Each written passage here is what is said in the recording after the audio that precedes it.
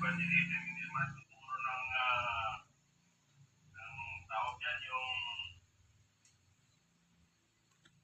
Bible study, sabi ko,